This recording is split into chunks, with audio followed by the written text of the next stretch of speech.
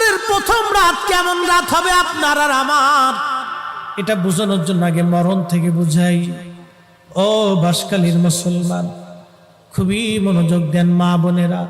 ও মা, আপনি যে সুন্দর পোশাক পরে সেজে গুজে গহনা পাতি দিয়ে আপনাকে নিয়ে আসা হলো শ্বশুর বাড়ি। মারে, আপনার ঘরের মধ্যে একটা বৃদ্ধ মা আছে, শাশুড়ি। মনে ব্যথা দিবেন না, এই বৃদ্ধ লোকটা আপনার কাছে তেমন কিছুই চায় না, একটু সহানুভূতি চায়। বিনিময়ে আপনার স্বামীর জন্য সে 40টা বছর পরিশ্রম করেছে। ও বোন, আপনাকে বলছি, এই বৃদ্ধ মাটাকে আপনি ব্যথা দিবেন না। এই বৃদ্ধ মাটা আপনার স্বামীর পিছনে 40 বছর পরিশ্রম করেছে। পেটে ধারণ থেকে শুরু করে ওকে মানুষ পর্যন্ত বানাইতে একটা মায়ের হাড় ভাঙ্গনি খাটুনি খেটে বৃদ্ধ হয়ে গেছে আজ। সে কিছুই চায় না রে বোন, আপনার কাছে মাত্র একটু সহানুভূতি আর ভালোবাসা চায়। মনে ব্যথা দিয়েন না, ওনাকে ব্যথা দিলে মালিক বেজার হয়ে যাবে। মালিক, ও বোন, আজকে আপনি আসছেন এই দুনিয়াতে, এই বাড়িতে।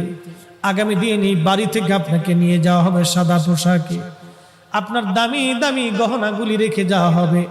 বাংলাদেশে একজন ধনী মারা গেল করোনায়।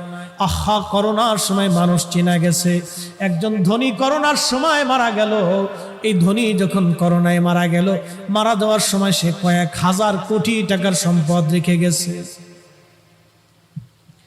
1 টাকা 2 টাকা না, কয়েক হাজার কোটি টাকা। একজন ধনী মারা গেল 80,000 কোটি টাকা রেখে। 80,000 কোটি টাকা। এখানে সবাই কেউ যদি বান্ডিল ধরে মাথায় বাঁধতে বস্তায় দেওয়া হয়, তারপরে মাথায় করে নিতে পারবেন না। 80,000 কোটি টাকা রেখে কবরে চলে গেল একজন ধনী। এরকম হাজার হাজার ধনীরা কোটি কোটি কোটি কোটি টাকা রেখে কবরে চলে গেল। করোনার সময় কবরে তারে নিয়ে যাওয়া হলো। ছেলেরা ওই যে সংস্থাদেরকে ফোন দিয়ে বলল, আপনারা আমার বাবার সৎ কাজ করে দেন, করোনা হয়েছে, আমরা কাছে যেতে পারবো না।